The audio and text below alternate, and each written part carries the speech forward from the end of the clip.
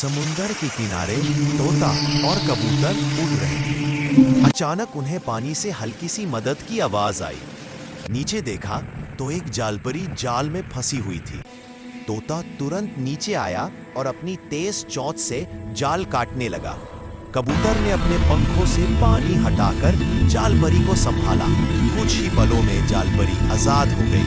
वो मुस्कुराकर बोली, धन्यवाद दोस्तों, तुम दोनों ने मेरी जान बचाई। और अंत में, अगर कहानी पसंद आई हो तो लाइक और सब्सक्राइब जरूर करें।